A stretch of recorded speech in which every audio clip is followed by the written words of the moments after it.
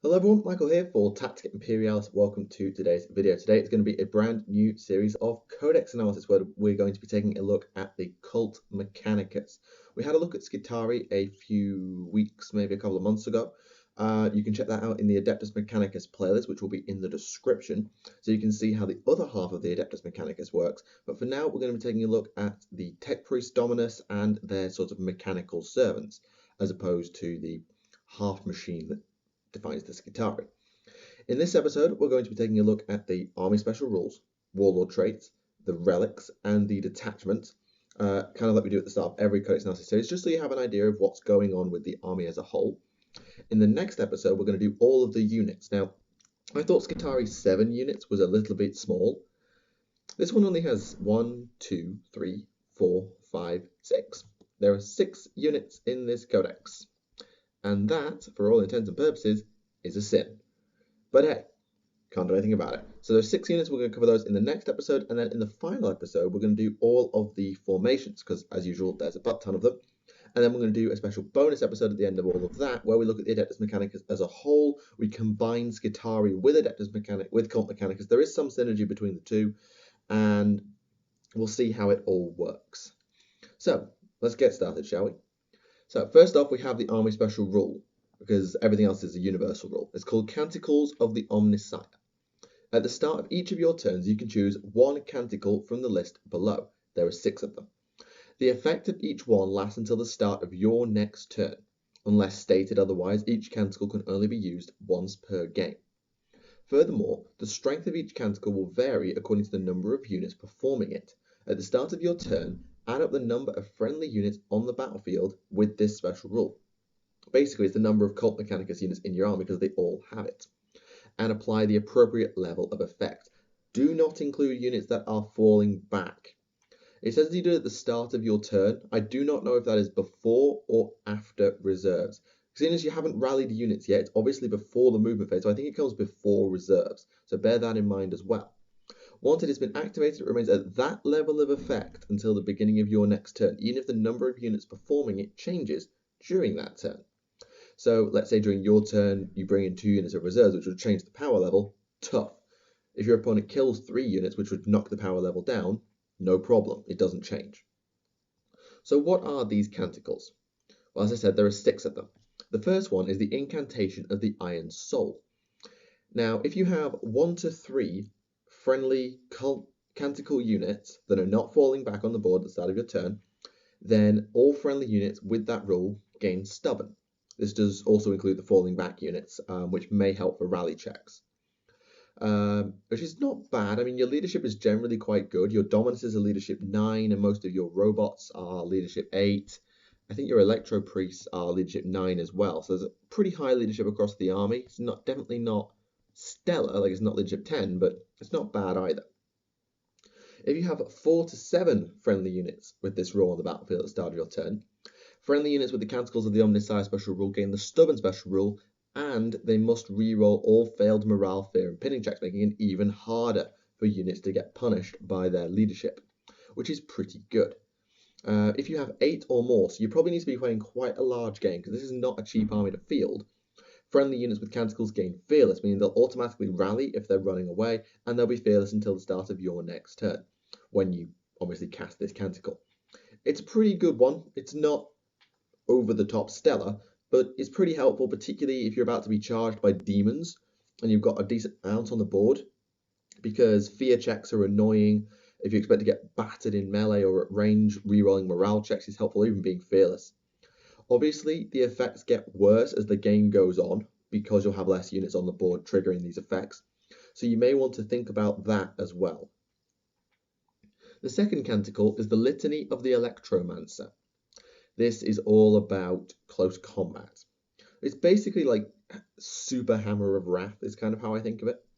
So if you have 1 to 3 units, enemy units suffer a single strength 4 AP nothing hit for each model with the Canticles of the Omnissiah special rule in units that they are locked in combat with.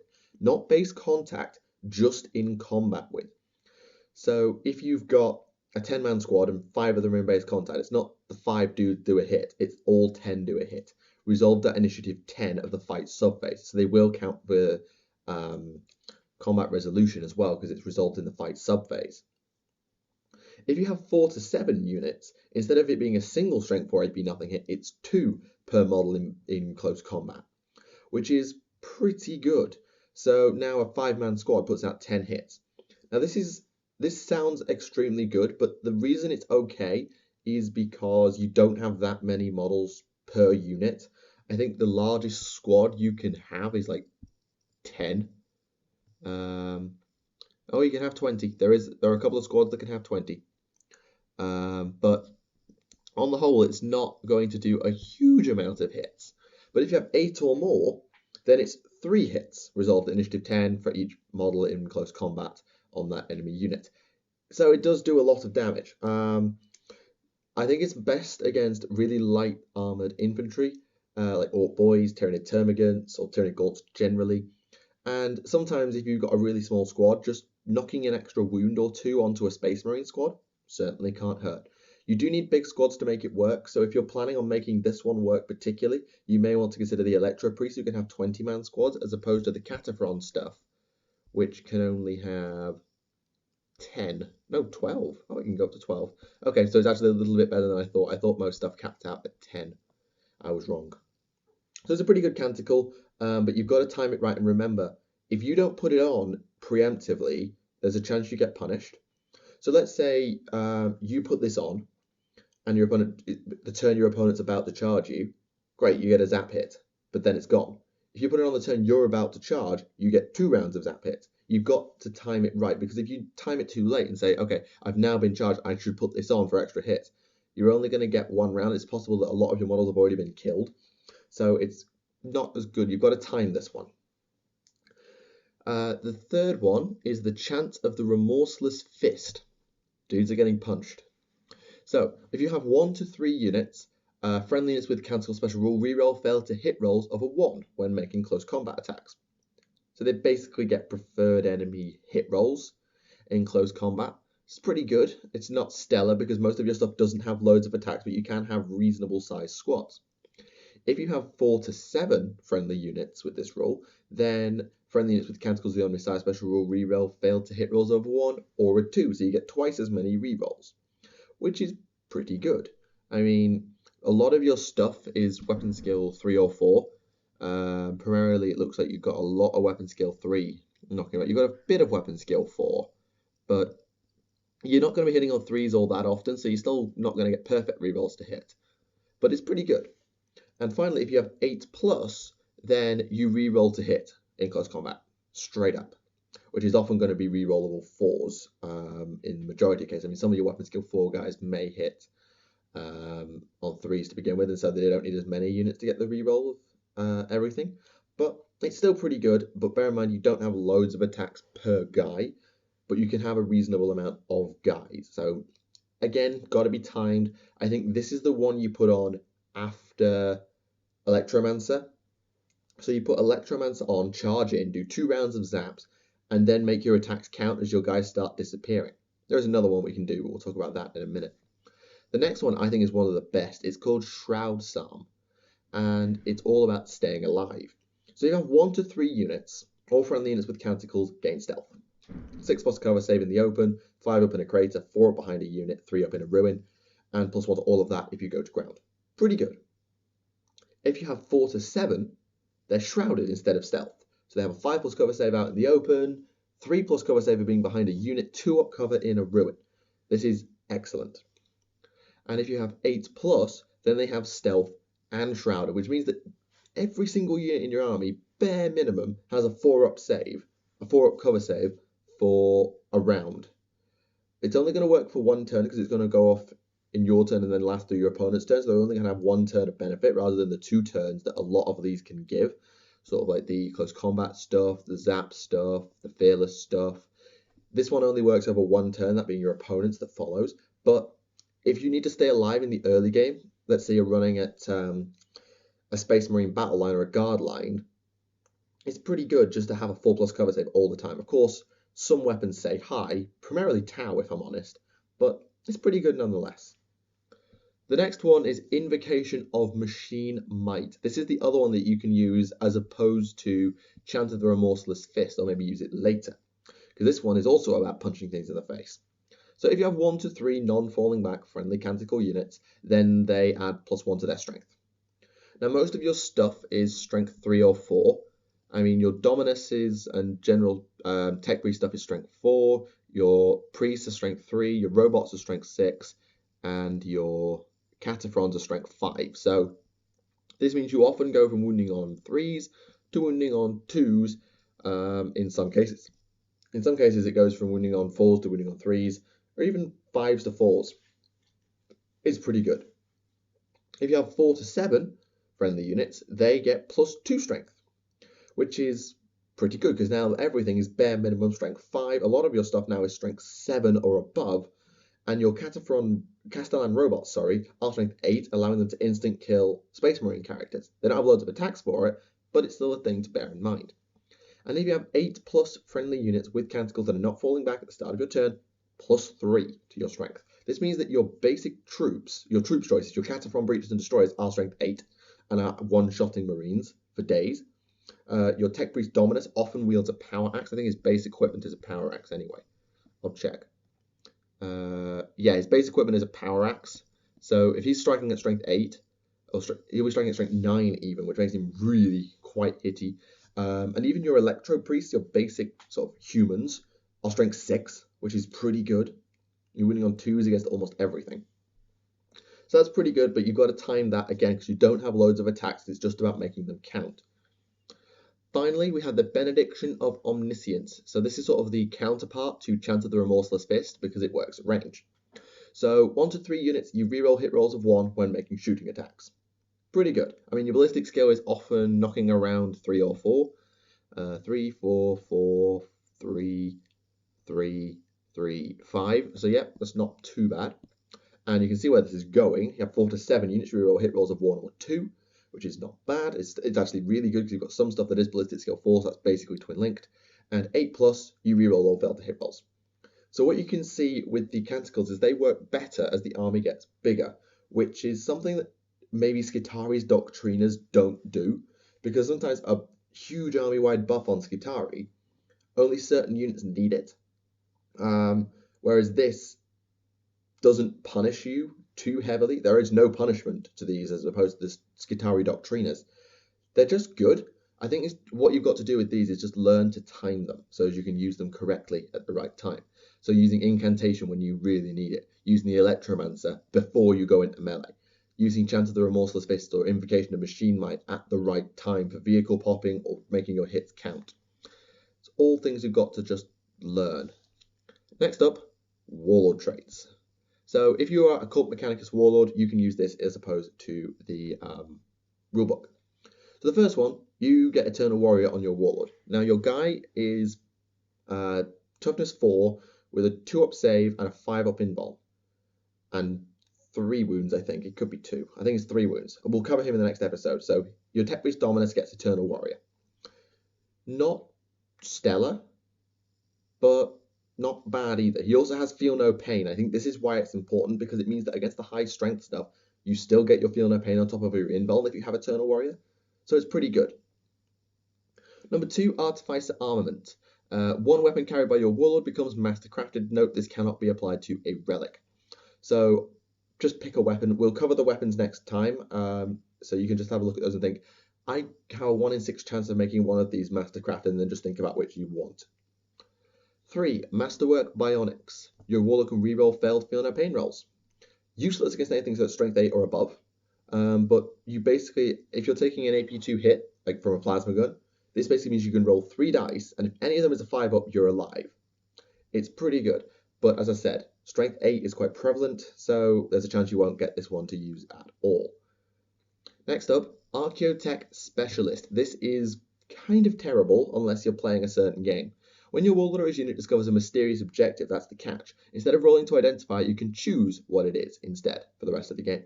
So if you need some Skyfire, nice thing to have. A Grav Wave Generator right before you get charged, pretty helpful. Scatter Field, not bad.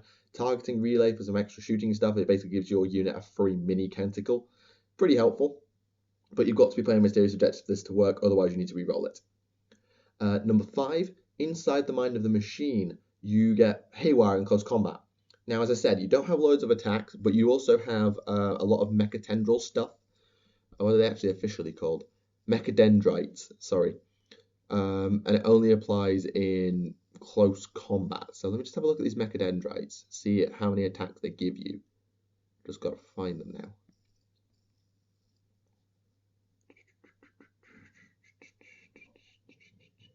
There we go. No, that's not really that helpful. Gets you... Yeah, it doesn't really do all that much for you because you have a Haywire weapon anyway. So it's kind of bad, this one. Ignore, reroll quite often. Although Power Axe with Haywire, no, just bad. Leave it. Number 6, Layered Psalm Code. When you choose a Canticle, your Warlord and his unit always benefit from the top level, i.e. the 8+ effect, irrespective of the actual number of friendly units currently on the board. This means that your Warlord trait becomes, for 1 turn, your unit is fearless. For 1 turn, you do 3 strength for AP nothing hits for each model in close combat. For 1 turn, you reroll to hit in close combat. For 1 turn, you get stealth and shrouded. For 1 turn, you get +3 strength, and for 1 turn, you reroll to hit when shooting. It's really quite good in small games, but in big games, it's kind of less relevant, particularly really big games. I mean, in medish games where you're playing with like 10 units, yeah, it's good because it means that when you get later in the game, you can afford to have the really good Canticles left behind because you'll always get it when you really need it. It depends on where you put him as well. You've got to think about that as well. So, interesting set of Warlord traits. Are they better than the rulebook ones? Debatably. I mean, the best ones would be Eternal Warrior and rerolling Feel No Pains and the buff to your Canticles. But there's 3 pretty meh ones there, and one of them that's potentially completely useless if you're not playing Mysterious Objectives. So, depends on what you need. If you're playing Mysterious Objectives, I'd probably roll on that table because there's 4 that you can use. If you're not, then I probably wouldn't bother because there's a 50% chance you get nothing. Okay, next up we have the Arcana Mechanicum, your Relics. And they have got some of the dumbest names I've ever seen. So if I fall over my words a bit, then I apologize.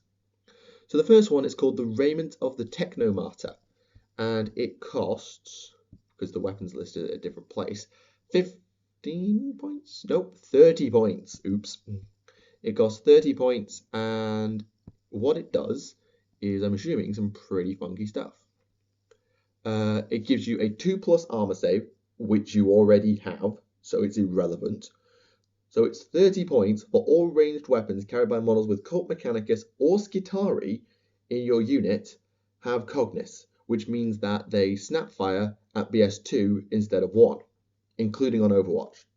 And if you use Wall of Death, then it hits 3 times automatically instead of just doing D3 as Inflamer would normally do.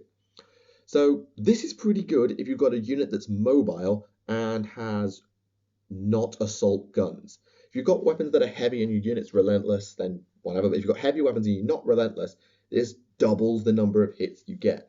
And bear in mind, Skitarii's ballistic scale isn't that obscene, so it's quite useful with them, and it could be quite useful with some of the stuff here as well.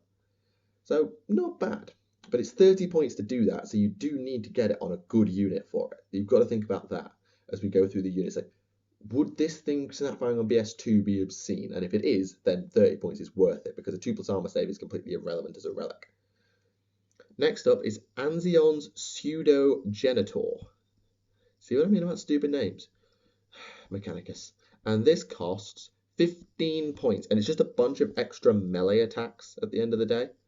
Which could be useful if you've got the Haywire Warlord trait for some reason and you couldn't re-roll. So what it does is when you make your close combat attacks, you make D6 additional attacks using this profile. Strength 4, AP 5, melee, shred. So you get D6, basically strength 4, AP 5 shred attacks.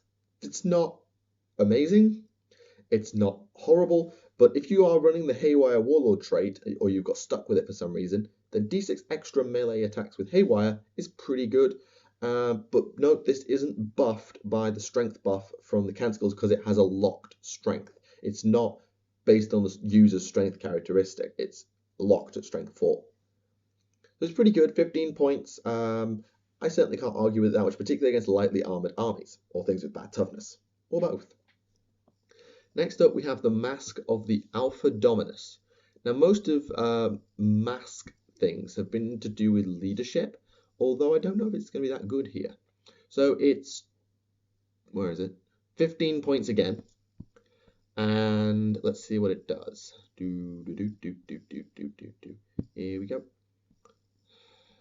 The bearer can use the mask at any time to instantly change the battle protocol of a friendly Castellan robot maniple or cohort cybernetica formation within 12 inches, which becomes active immediately, but you cannot use the battle protocol you've changed from for the rest of the game. Now, there are 3 protocols that go on your Castellan robots, and to change them, you need a data smith in the unit who's sort of like a squad sergeant, although he's not really a sergeant. So you start off with Feel No Pain, and you can change it if you have a data smith in the unit, which becomes active at the start of your next turn. So you, at the end of any turn, you can choose to change a protocol. And if you do, it becomes active at the start of your next turn. This allows you to change it immediately, but you lose what you used to have. So you start with Feel No Pain, but you can have double attacks but can't shoot, or double fire carapace mounted weapons, which is in the basic case an Incendium Combustor, whatever that is, but you can't move. So let's say you don't need Feel No Pain. All the stuff is hacking like force weapons that you're fighting and you really need to kill them quickly. Okay, we'll turn off Feel No Pain for the rest of the game, but we'll double our attacks right now. But we can't shoot. If our data smith dies, we're stuck with this and we can't shoot for the rest of the game. We've got to run around punching stuff, but so be it. So it's interesting. It only probably works better with a cohort cybernetica, which has 2 robot maniples and everything, and you have a Dominus that counts as a data smith, but that doesn't really matter, because if you have a cohort cybernetica, the protocols take effect at the end of your turn immediately, so into your opponent's next turn rather than at the start of your next turn. So okay, 15 points to do that. I don't know how good it is. You'll have to test it and make your mind up on your own, I think. The next one is called the Autocaduceus of Arkan Land. The what now? And it costs 30 points and may only be taken by a Tech Priest Dominus, because there is a Data Smith who can take relics as well. So 30 points on your Warlord to do something. What is that something? The bearer and his unit have it will not die. Wow. This is particularly good on the Castellan robots, because you can put a Tech Priest Dominus as part of a formation, the cohort cybernetica, to give the whole thing it will not die. Now, they only have 2 wounds, so it's not over the top, but it's still good for 30 points. And a guy with a 2-up, a 5-up invuln, and Feel No Pain, and potentially a rerollable Feel No Pain or Eternal Warrior is pretty good. It is 30 points though, so up to you to whether you think that's good value. Personally, I think it's a tad too expensive, but if it wasn't, robots would be busted. Next up, we have the Uncreator Gauntlet. So it basically undoes something. I'm assuming it's got something to do with vehicles here. And it's 35 points. 35 is a lot, okay? That's a lot. A model equipped with this thing can use it in the fight subbase instead of attacking normally. To do so, nominate a vehicle, friend or foe, in base contact with the bearer. If you choose an enemy vehicle, roll to hit with 1 attack, so you roll a 3-up. If you hit, or if you choose a friendly vehicle so you don't have to roll to hit, roll a d6 and consult the following table. So if you roll a 1, so if you roll to hit and you hit successfully, or you pick a friendly vehicle, you roll a dice. If you roll a 1, your opponent either pings it for 1 whole point or heals it for 1 whole point. So there's a chance they can heal themselves for free. You do get invulnerable saves against this whole point ping. So if you pick a friendly vehicle and you roll a 1, he pings it. If you have an invuln, you can try and heal it or stop it.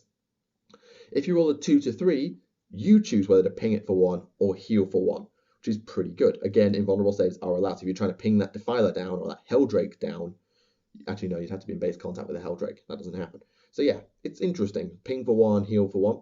If you roll 4 to 5, it's D3. So you either heal for D3 or ping for D3. Your opponent can save each whole point separately, which is pretty interesting. And if you roll a 6, it's D6. So ping for D6 or heal D6. Now I should note, there are no vehicles in Cult Mechanicus. None. So if you want to use this in an ally, as a friendly army, you have to be allied to something. i.e. Skitarii with their Onega Doom Crawlers as an example. So it's mainly going to be used as a ping, and your opponent can still save it, and there's a chance that they get to heal. So is it that good for 35 points? It's a better repair mechanic for things like rhinos, but would you pay 35 points for this effect on a Land Raider? That's a question. You probably would, to be honest. No, you wouldn't. No, you wouldn't. Of course you wouldn't. So realistically, you've got to use it to heal and to ping to get the value out of it. So, not sure what to make of that. It doesn't say you can be embarked on it either, so you've got to be in base contact, not embarked. I think there's a distinction there, so maybe it's pretty bad. Finally, we have the Scryer Skull Perspicatus, which costs 25 points, and again may only be taken by a Tech Priest Dominus, not a Data Smith. And what it does is, at the start of each turn, a model with the Scryer Skull can choose either to identify a mysterious objective on the battlefield, which is quite cool. So it's like, okay, let's roll for this one right now so I know if I should go after it or not. Or you can scry an enemy vehicle on the battlefield. If you choose to scry on a vehicle, any friendly unit with Cult Mechanicus or Skitarii reroll armor penetrations against that vehicle and can choose to reroll glances to get a pen until the start of your next turn. So if you've got a bunch of haywire stuff, then this is amazing. If you've got a lot of high strength or medium to high strength stuff, this is also amazing. If you're going into combat with it, it's great. So I have to say, really like this. 25 points on your Warlord to do that, pretty good. And bear in mind that you can also identify mysterious objectives early to give yourself an idea of whether you should be going anywhere near them or not. Or tell your opponent, well, now you're in trouble if I get anywhere near this.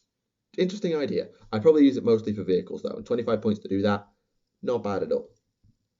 Finally, we come to the detachment, the Cult Mechanicus Battle Congregation. Now, Skitarii really probably could have benefited from something like this, because it's pretty good. Actually, no, there's a similar one in Skitarii. What am I talking about? So, you compulsory, 1 HQ, 2 troops. Same as usual. You have no extra HQ slot, by the way. So there is no optional extra HQ. Your options are 6 more troops, taking you a total of 8, 4 elites, which is your Electro Priest, and 2 heavy supports, which is your Castellan Robot Manifolds, and 1 fortification. All units must be Cult Mechanicus or have no faction, standard practice. So you give up 1 heavy support slot and a HQ slot to gain 2 elite slots, 1 elite slot and 2 troop slots. You also have no fast attack in the army, that's why there's no fast attack slots here. So it's pretty nice, but the main thing you want it for, other than re-rolling a Cult Mechanicus Warlord trait, which is just bleh, nobody cares, is Divine Chorus. If you include 1 or more detachments with this rule, you can once per game choose to reuse a Canticle of the Omnissiah that your army has already used. So if you used Stealth and Shrouded really early on to save you, and then all of a sudden there's a unit just stuck that really is going to be on that objective, is going to get blown apart. Alright, quick, give it Stealth or Shrouded or both. Quick, do it now. Or, I need extra hits now to kill this vehicle because I didn't kill it the first time. Give me more strength power. Or, I've got one last chance to gun this unit down. Give me rerolls to hit. Or whatever. So it's pretty nice as a rule. And I think it's a really nice detachment for Cult Mechanicus. The only reason that you maybe wouldn't like it is that you are sacrificing a heavy support slot. Your troops are really Cataphron units, which we're going to cover. The elites are your priest units, and the heavy support are the robots. So you do lose 1 slot of robot. But to be honest, I don't really care. It's pretty interesting. So there we go. That is the end of today's video. I do hope you have enjoyed it. Make sure to leave it a like rating if you did. Leave any comments with your thoughts on the Cult Mechanicus stuff down below. It'd be interesting to get your opinion before we go into the review so I can address my concerns that you might have as we go along. So, thank you very much for watching. My name is Michael for Tactica Imperialis. Until the next time, see you all again. Bye for now.